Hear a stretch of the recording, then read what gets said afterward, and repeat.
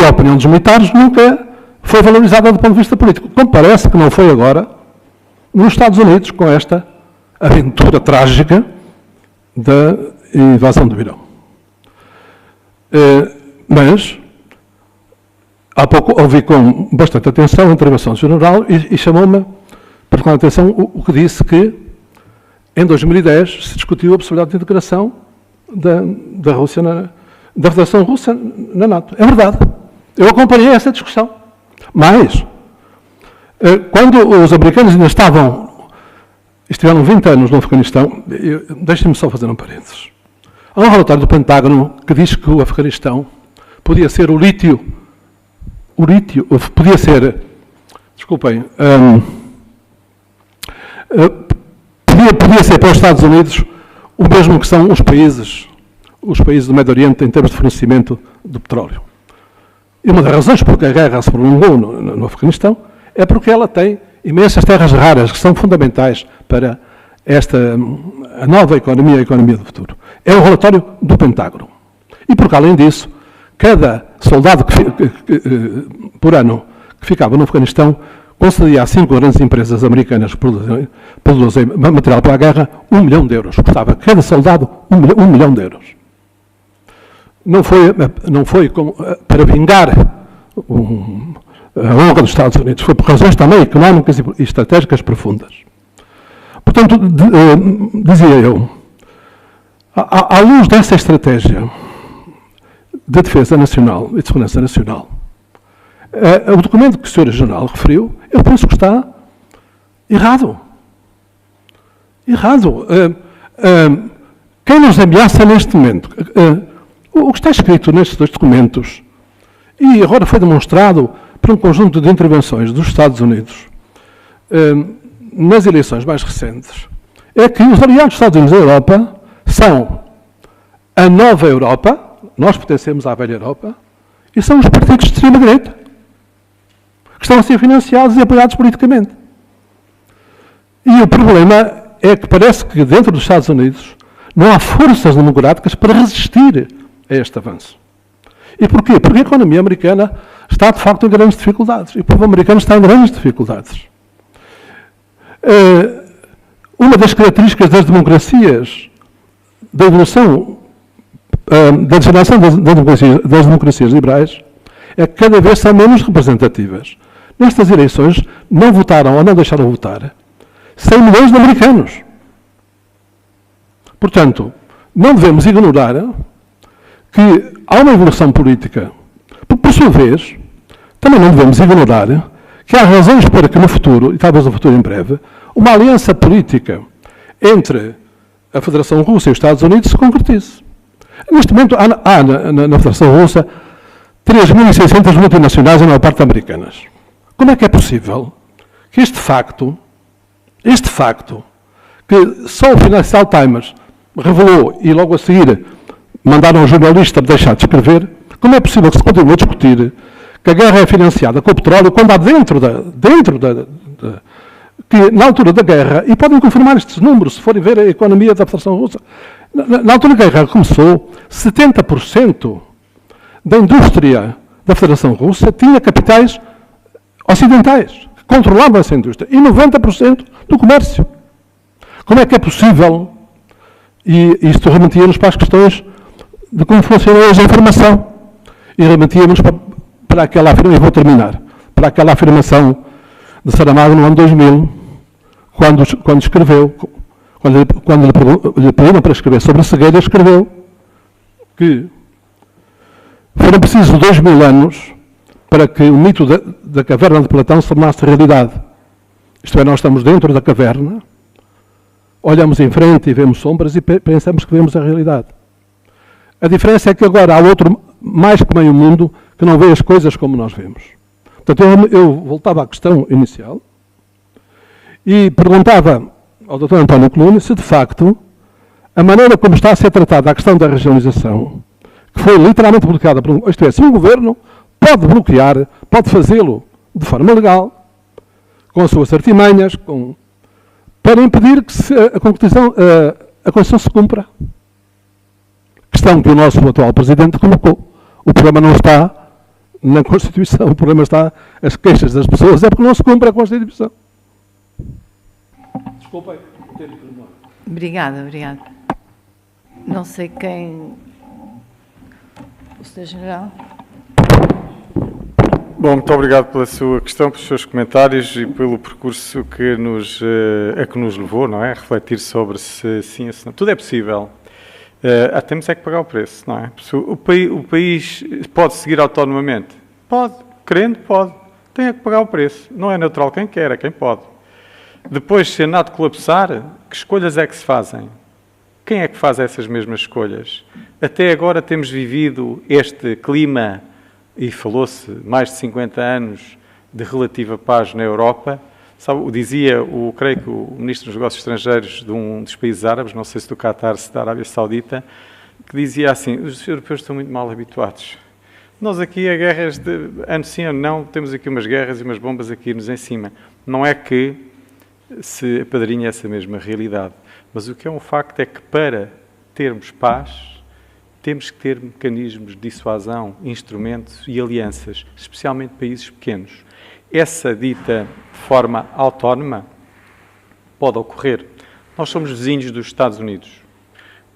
Como disse, e eu não me quero alongar, sei do conteúdo do discurso de J.D. Vance, quando veio em 2025 à Europa, e disse que os europeus tinham que arrepiar caminho, que não era por ali, que a cultura, que a Europa se estava a degradar e utilizou mais um conjunto de expressões.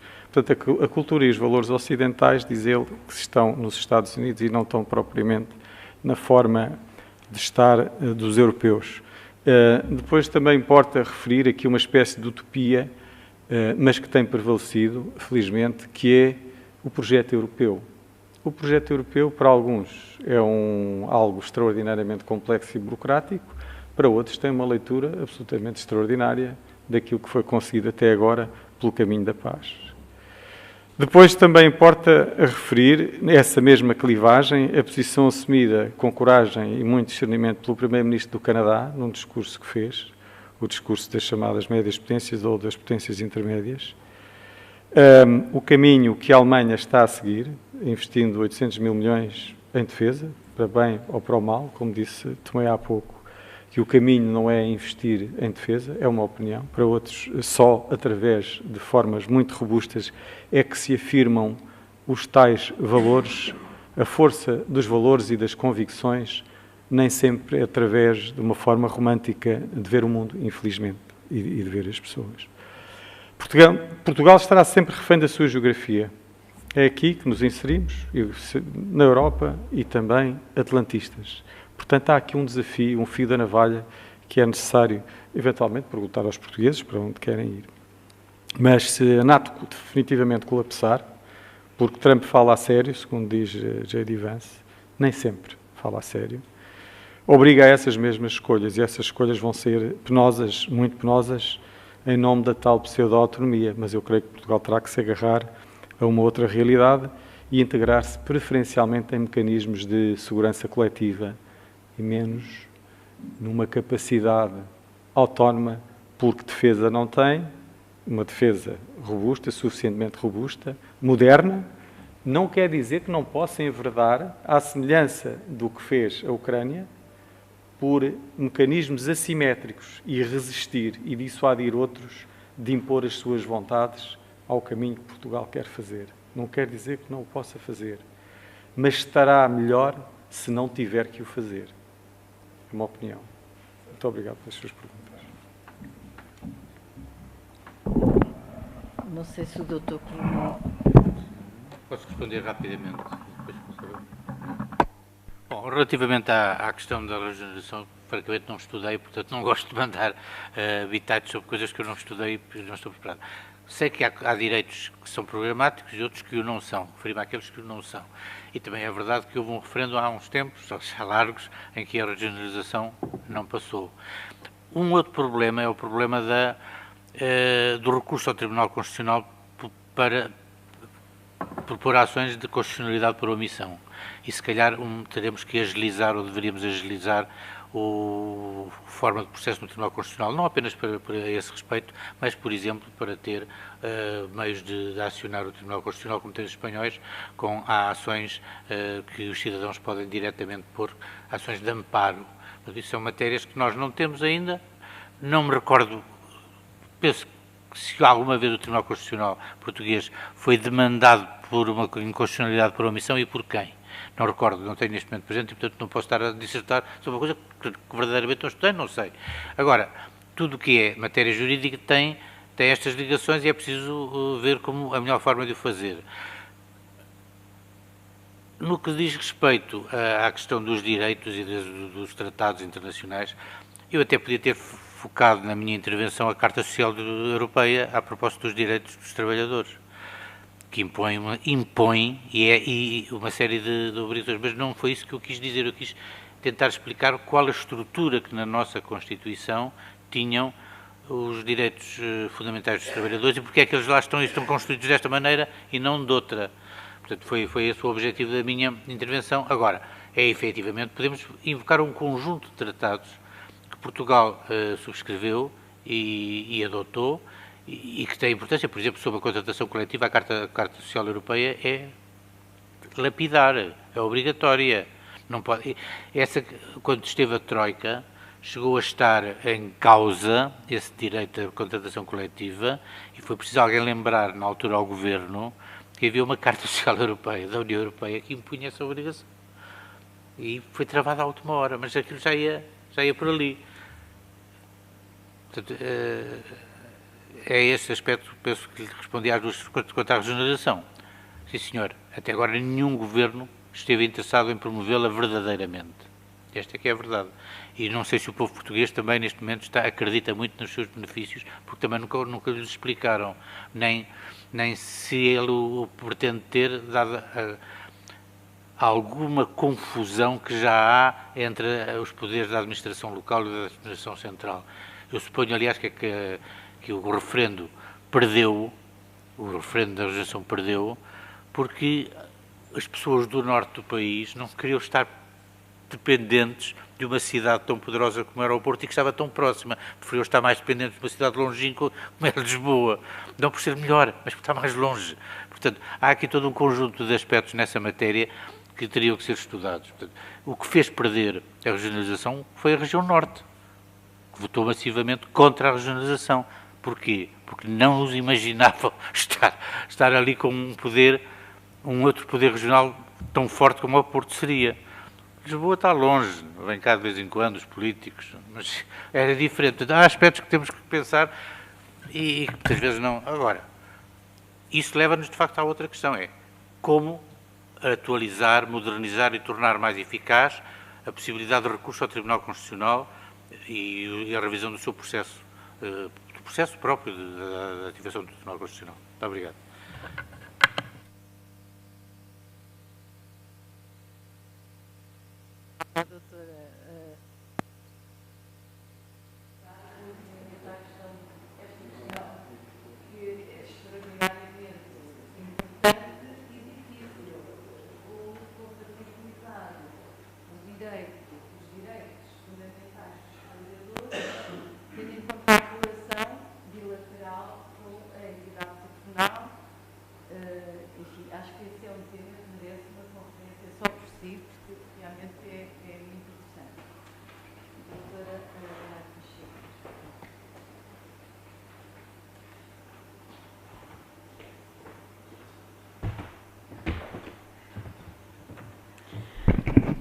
Bom, acho que uma parte das pessoas sabe, eu não tenho nenhuma formação jurídica, não é, muito menos militar, mas sou de Filosofia e acho que a Filosofia tem algo muito importante a dizer, pelo menos para nos questionarmos sobre a situação que estamos a viver. E queria aqui só referir brevemente a alguns autores e algumas obras que acho que são referências fundamentais. A primeira obra que eu acho que é uma referência fundamental é uma obra escrita por Oswald Spengler, publicada em 1918, que se chama A Decadência do Ocidente. Essa obra foi uma obra que exerceu grande influência já nessa altura, não é? No século XX, a primeira metade do século XX foi uma obra que teve diversas repercussões em diversos quadrantes políticos muito importantes, mas é uma obra que eu acho que atualmente nós podemos ver que tem uma profunda atualidade. Spengler o que faz ele é o historiador, é simultaneamente o historiador e o filósofo, e faz uma espécie de revisão da história universal para ver quais as causas da decadência dos grandes impérios ou das grandes civilizações, e anuncia a decadência do Ocidente. Porquê? Por várias razões, mas creio que a razão talvez mais significativa é a questão de que os impérios acabam por cair sob o peso da própria riqueza que geram. Essa riqueza gera civilizações ultramaterialistas, extremamente individualistas e, portanto, geram uma fragmentação social, grandes divisões internas, e todos os impérios, segundo Spengler, acabam por cair não por guerras externas, mas simplesmente por um processo de implosão interna. Esta é a primeira nota que eu acho que é importante ter em conta e que, se calhar, será interessante olharmos, por exemplo, para o que se passa nos Estados Unidos ao longo, nesta ótica. Falando agora de autores americanos, há um autor também muitíssimo importante que falou e escreveu diretamente sobre o mesmo problema, a decadência dos Estados Unidos, neste caso é um autor americano, que é Alistair McIntyre. Este autor escreveu uma obra de referência muito importante que se chama Depois da Virtude, e nesta obra ele desmonta precisamente a ideia de que nos Estados Unidos os valores da civilização ocidental estariam preservados. Pelo contrário, o que ele diz, que ele mostra é que a sociedade americana está profundamente dividida, há combates políticos irreconciliáveis entre vários setores, e que se perdeu o contacto com aquilo que com os valores essenciais que são matriciais para o Ocidente. E esses valores matriciais, no caso do McIntyre, ele vê-os associados com a ética das virtudes. Agora não vou aqui explicar o que é a ética das virtudes, porque seria estar aqui a perder muito tempo. Um outro autor que vai no mesmo sentido de McIntyre, mas neste caso que é de outra corrente da filosofia política, o McIntyre não é propriamente um liberal, mas o Rawls é um autor liberal, e analisa o problema da política externa numa perspectiva que, embora sendo liberal, no fundo está de acordo com o McIntyre, porque basicamente o que ele diz é que a política externa tem de se basear minimamente em valores mínimos, e o valor mínimo que deve, para haver paz, tem que orientar a política externa é a justiça, é o valor da justiça. E a justiça, no plano interno, tem uma leitura, segundo Rawls, no plano externo tem outra leitura. E no plano externo, para nós termos uma política externa baseada na justiça, nós temos que basicamente respeitar o direito dos povos à autodeterminação, e não podemos fazer uma separação entre os povos baseados nos povos que têm regimes democráticos, que nós gostamos, e dos que não têm, que nós não gostamos. Isso é, segundo Rawls, é profundamente incorreto, e a distinção que há a fazer é entre Estados decentes e Estados que não são decentes. O que é um Estado decente? Um Estado decente, basicamente, é aquele que cumpre os tratados internacionais. É um Estado que cumpre os tratados internacionais e que respeita o direito à autodeterminação dos vários povos. Terá que cumprir os direitos humanos todos? Não, diz claramente Rawls, não. Chega que tenha uma interpretação mínima dos direitos humanos, porque para a política externa isso não é determinante. O que é determinante é respeitar os direitos dos povos à autodeterminação e ter um comportamento decente, ou seja, cumprir as regras do direito internacional e os tratados que são feitos. Ora, se nós olharmos para esta concepção de Rawls, que é um liberal americano, se olharmos para a política externa dos Estados Unidos, nós, infelizmente, temos que concluir que não é, e não é de agora, não é o Estado decente. E não é de agora, não é da administração Trump. Portanto, é um Estado que não está em condições de preservar a paz mundial. E esse é um problema que eu acho que a União Europeia tem mesmo que pensar, não é? Se nós queremos viver em paz. Acho que esse, no caso português, é um valor consagrado pela própria Constituição, e no caso da Europa, acho que isso é matricial para o projeto europeu. O projeto europeu foi construído como um projeto para a paz, para criar a paz na Europa. É só isso. Obrigada, doutora Adelaide. Não sei se houve alguma interpelação. Obrigada. Não sei se alguém quer dizer... Eu só quero agradecer que gostei muito de ouvir e de trazer a filosofia para estas questões, que são as tais formas de pensar de alto nível, que são muito relevantes.